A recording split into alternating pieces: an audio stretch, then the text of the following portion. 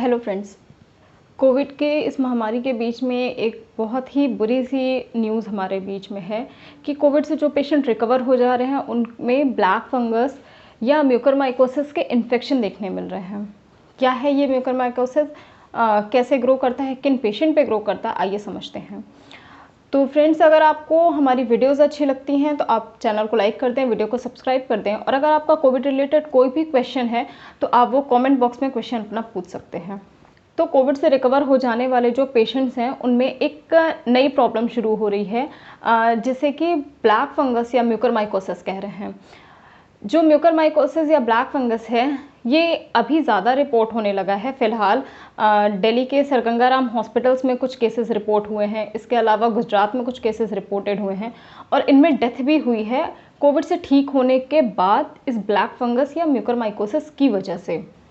ये जो म्यूकरमाइकोसिस या ब्लैक फंगस है, ये अभी नहीं, ये लास्ट ईयर भी जब कोविड आया था, मतलब जब 2020 में कोविड आया था उस टाइम भी इसके कुछ केसेस देखने मिले थे।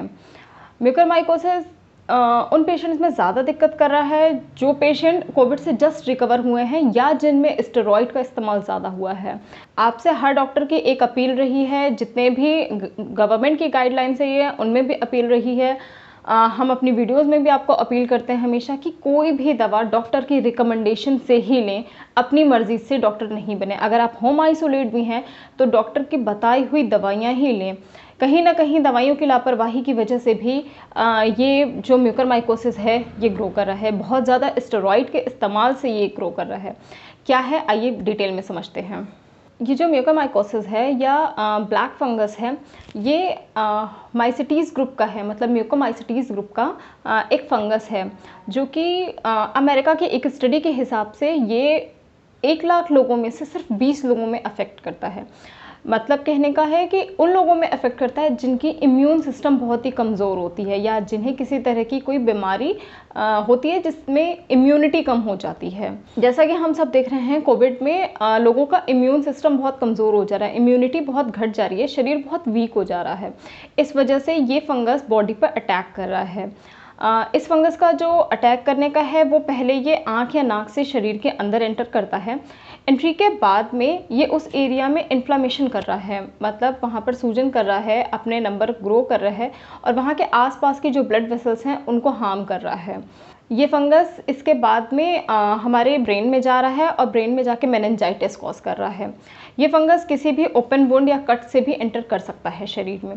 ये नॉन कंटेजियस है, मतलब किसी के छूने से नहीं फैलता है। तो अब समझते हैं अगर ये फंगस का इन्फेक्शन हुआ है तो शरीर में क्या क्या दिक्कतें होंगी। तो जो सबसे ज़्यादा दिक्कत हो रही है कि आँख या नाक से डिस्चार्ज हो रहा है, मतलब आँखों से या तो पानी गिर रहा है या नाक से पानी आ रहा है। इसके साथ ही साइनस हैवी हो रहा है, हेडेक हो रहा है, आँखों में दर्द रह रहा है और ये एक साइड में ज़्यादा इफेक्ट हो रहा है, मतलब आपको हाफ सर में दर्द होगा, हाफ में नहीं। जो हेडेक होगा वो बहुत ही ज़्यादा सीवियर होगा। इसके साथ ही जो हमारे नेज़ल ब्रिज के आसपास की जगह है ये ब्लैक हो सकती है और जो हमारे मुख के ऊपर तालू का जो जगह है वो भी ब्लैक हो सकता है ज़्यादा सीवियर केसेस में। फीवर हो सकता है, प्रोग्रेसिव डिस्चार्ज बना रहेगा और पेन कंटिन्यू रहेगा। इसके साथ ही अगर ये फंगस जो है वो हमारे लंग्स को या पल्मोनरी पार्ट को अफेक्ट करता है तो आपको फीवर रहेगा, चेस्ट कंजेशन रहेगा, चेस्ट पेन रहेगा, सांस लेने में दिक्कत हो सकती है। ये सारी दिक्कतें अगर ये लंग्स में है तो प्रॉब्लम करेगा। इसके साथ ही ये फंगस कई बार हमारे गैस्ट्रोइंटेस्टाइनल सिस्टम को भी अटैक करता है, उसके साथ स्किन में और भी जितने ऑर्गन्स हैं शरीर में उनको भी अफेक्ट कर सकता है। अब समझते हैं ये फंगस हमारे शरीर में कैसे अटैक करता है, मतलब शरीर के अंदर जाने के बाद ये क्या करता है, किस तरह से हमारे शरीर को क्षति पहुंचाता है। तो सबसे पहले जब ये फंगस हमारे शरीर में जाता है तो ये हमारी ब्लड वेसल्स में जाता है, मतलब जिस नलियों में खून बहता है उनमें जाता है। उसमें जाने के बाद ये क्या करता है, उस आसपास में पूरी ब्लड क्लॉट कर देता है, मतलब खून का थक्का जमा देता है। खून का थक्का जम जाने की वजह से जो उसके आसपास के एरिया होते हैं उनमें न्यूट्रिशन मिलना बंद हो जाता है, ऑक्सीजन मिलना बंद हो जाता है, क्योंकि ब्लड में सारे न्यूट्रिशन होते हैं जो कि आसपास के टिश्यूज़ एब्जॉर्व करते हैं, मतलब आसपास की जो एरिया जहाँ से भी वो पास हो रही है ब्लड की जो वेसल्स पास हो रही हैं वो पूरा एब्जॉर्व करके और हेल्दी होती है टिश्यूज़ की वजह से। तो वो जो सप्लाई है वो बंद हो जाने की वजह से, मतलब जब ब्लड क्लॉट हो जाता है तो वहाँ से ब्लड नहीं पास होगा, ब्लड पास नहीं होता है, तो उस वजह से उसके आसपास की जो टिश्यूज़ हैं वो ख़त्म होने लगती हैं, मतलब उन टिश्यूज़ का डेथ होने लगता है। जब वो टिश्यूज़ डेथ होने लगती हैं तो वो एरिया ब्लैक पड़ जाता है और वो सड़ने की जैसे होने लगते हैं। जब टिश्यू की डेथ शुरू हो जाएगी तब आपको नौज़िया हो सकता है, मतलब उल्टी जैसा फील हो सकता है, वॉमिटिंग हो सकती है। इसके अलावा पेट में दर्द हो सकता है, खांसी में कई बार खून आ जाता है। ये सारी चीज़ें बाद में जब ये ज़्यादा इन्फेक्ट होने लगता है तब देखने मिलती हैं। तो अब समझते हैं कि हाई रिस्क वाले कौन लोग हैं, मतलब किन लोगों में इस फंगस का इन्फेक्शन होने का ज़्यादा चांस है। सबसे पहले तो अभी जो सबसे ज़्यादा इस वक्त हैं वो जो भी कोविड से रिकवर पेशेंट हैं, मतलब कोविड के बाद जो लोग भी रिकवर हो गए हैं उन पेशेंट में सबसे ज़्यादा खतरा है।